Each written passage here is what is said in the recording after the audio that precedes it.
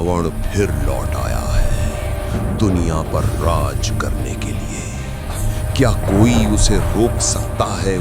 रात पूरी तरह अंधेरे में डूबी हुई थी। आसमान में भयानक तूफान चल रहा था।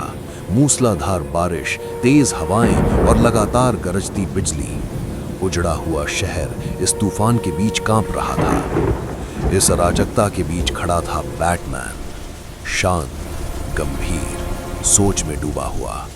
बारिश उसकी बख्तरबंद पोशाक से टपक रही थी, केप हवा में लहरा रही थी। इस शक्ति को यूं ही नहीं छोड़ा जा सकता, बैटमैन ने ठंडे स्वर में कहा, बिना नियंत्रण के नहीं। तभी जोरदार गड़गड़ाहट हुई, बिजली आसमान को चीरते नीचे गिरी और उसी के साथ सुपरमैन आकाश से उतरा।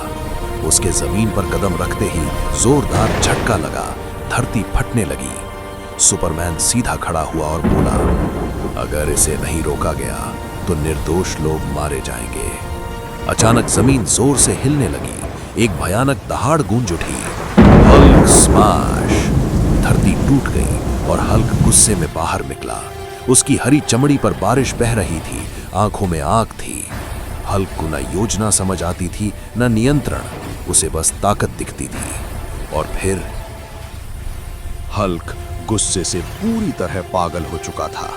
अपने गर्म दिमाग के कारण उसने पूरी ताकत से रावण पर वार कर दिया, लेकिन रावण पर जरा भी असर नहीं हुआ। वो उसी जगह खड़ा रहा, बिल्कुल अडिग और शक्तिशाली। ये देखकर सुपरमैन और बैटमैन भी आगे बढ़े। तीनों ने मिलकर रावण पर लगातार हमले किए, ताकत, मुक्के और हथियार। लेकिन रावण बहुत ज्यादा शक्तिशाली था, उनकी कोई भी शक्ति उसका कुछ नहीं बिगाड़ पाई। फिर अचानक रावण ने पलटकर हमला किया।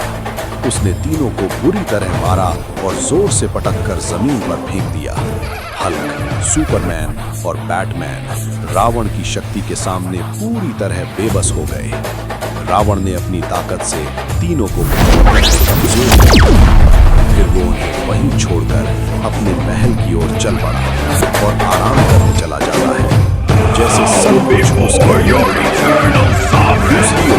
जमीन पर गिरे हुए हल्क, सुपरमैन और बैटमैन किसी तरह खुद को संभालते हैं। तभी वे आसमान की ओर देखते हैं। उन्हें वहां एक बहुत बड़ी परछाई दिखाई देती है। परछाई बेहद विशाल और रहस्यमयी होती है। तीनों एक दूसरे को देखते हैं।